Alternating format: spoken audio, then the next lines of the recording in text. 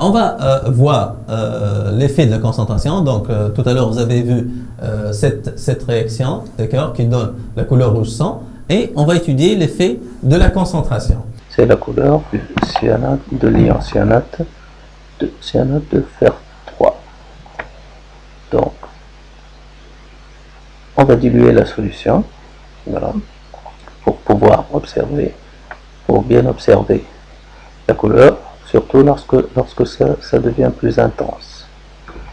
Donc, on ajoute de l'eau distillée, voilà, pour que la couleur soit plus claire, si vous voulez, pour faciliter l'observation tout à l'heure. On va partager la solution en deux, dans deux béchers. Voilà, on va ajouter du cyanate de potassium dans l'un et de chlorure de fer 3 dans l'autre. On va commencer par le cyanate de potassium. On va ajouter quelques cristaux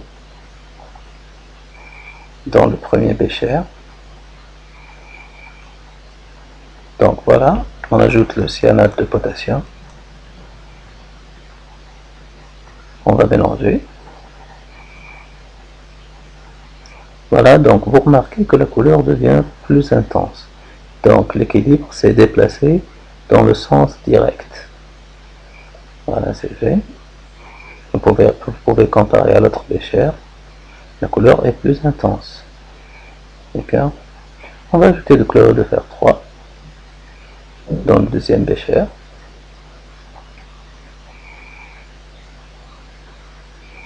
Donc on va ajouter un peu de chlorure de fer 3.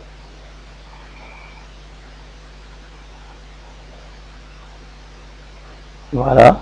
Donc aussitôt, vous remarquez que la couleur devient plus intense. Donc là aussi, l'équilibre s'est déplacé dans le sens direct. Vous voyez bien que la couleur devient plus intense.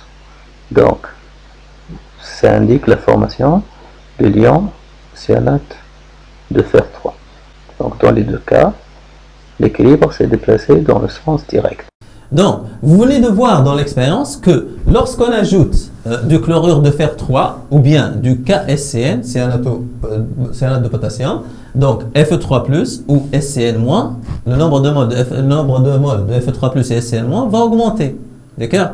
Donc, la concentration de Fe3+ et SCN- a augmenté. Donc, la perturbation, c'est quoi? C'est l'ajout. Donc, j'ai joué sur la concentration de Fe3+ et SCN-, j'ai augmenté la concentration de Fe3+ et SCN-. Du coup, qu'est-ce que vous avez remarqué? Que la couleur rouge sang devient plus intense. Donc, devient plus intense, ça veut dire quoi? Que le système a répondu. Il n'est pas resté indifférent. Donc, il a répondu en évoluant dans le sens 1.